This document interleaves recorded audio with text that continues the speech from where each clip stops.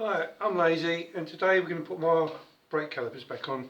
All the bits and pieces have all been painted now. The discs have been painted. I just put them back on, nice and clean. There's a little bit of paint went on the disc, but I rubbed them off, and I'm sure they'll be okay once they start going. The rear calipers, right, I'm going to put them on first. The bolts for them, I'm going to use these stainless steel cap heads. The washers I've got are the cam washers. You use them as a pair. When they tighten up on the cam. They've got the serrations either side that dig into the cap head and to the caliper itself. I have put a little tiny bit of anti-seize compound on it, mainly because these are stainless steel and they're going into steel. And when you get dissimilar metals together, they do corrode. I'm pretty sure they do something else apart from corrode. There's a special name for it, but I can't remember what it is. Maybe I'll look it up and let you know next time. But anyway, anytime you use stainless steel bolts, always put a bit of grease on it. A bit of light grease or a bit of Vaseline or anti-seize. The only downside to anti-seize paste is you put a little dab on and it actually goes everywhere. I normally get it on my hands and everywhere. Anyway, let's stick the calipers on. I'll see if I can do it without the glasses, which should be a bit of a mean feat. There we go. It's the first one got in. I've actually managed to scratch some of the paint. I don't know really now how I've done it. Make sure the washers run the right way. Yep. But the thing with these brakes, you can't actually, once the wheel's on and it's all under the car again, you can't actually see it. So I'm getting a bit too fussy with it, but I know it's got a couple of scratches on it, so best thing to do, might as well just do it while it's there. Right, I'll give this a little tighten up. These are Allen keys I like. These are long series ones with a ball on the end. They're quite a good make, and you can actually do it at an angle as well, so you haven't got to be straight with them. You can do it at an angle, you get in nice and easy. And with these, what we do, give them just a little nip there, and a little nip there. For some reason I like to do it twice. I know they're tight, but I just like to go again. Give another one. Not over tighten them, just tighten up. That's it. Now we unbolt this, drop that down. Find what I did with the pads. These pads have been in there quite a while now, but they're still pretty good. There's no point changing them just yet. I'll get a little bit low, but what I'll do, I'll keep an eye on them. That's it.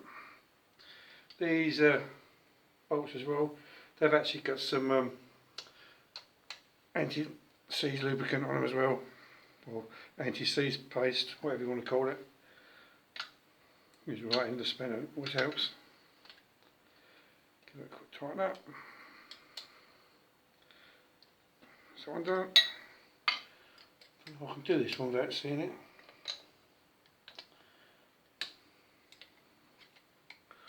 Do it by feel. No, can't feel it. That's it. That's it. That's it. Perfect. Well, that's that one done. I'll get a little bit of a touch-up paint on it. Especially around there. I might do it once it's in the car, because obviously that's a bleed nipple. Once I get a pipe on there and start bleeding some fluid through it, I probably might get a bit of leakage over it. So anyway, that one's done. I'll do the other side now. While I'm here, I might quickly show you the rest of the axle. Right, this is the axle. It's all near enough finished now. I've just got to put the disc and the caliper on the other side. All the welding's done. All the bracketry's done now. Put these brackets on here for the ladder bars. They're all nicely welded in there. The bracket there is for the wheelie bars. I've ground them off and re-welded them, so they're all good now. I did have a little bit of trouble, I must admit, with welding, because normally my arc welding is really good, but I've actually found out that these are the rods I was using. I think you can see them now. They're 2.5 mil steels, they're ESABs, but what's happened when they've got like a white film over them, and that's the flux deteriorating apparently. I was just thinking about it. The actual rods are probably about 15 years old now, so that's probably why I'm in a bit of trouble.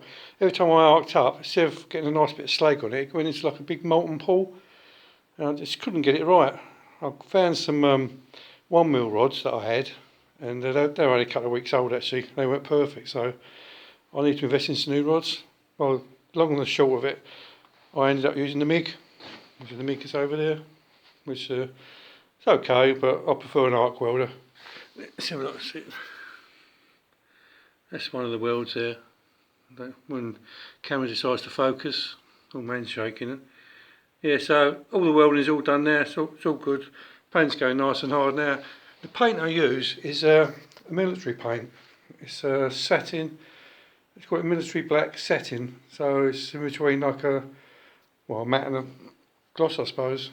I think it looks more classy than a high shine. The beauty of this is you can actually put it on bare metal. You don't need primer with it. But having said that, I always give it 2 coats because the first coat goes on okay, and there's always something you miss somewhere. And obviously I did. So that's our 2 coats, all getting nice and hard now. Just put the other disc on tonight, and the job's a good one. So hopefully next time I see you, the axle will be back in the car. Please subscribe if you want some more videos, and look forward to seeing you next time. See you later.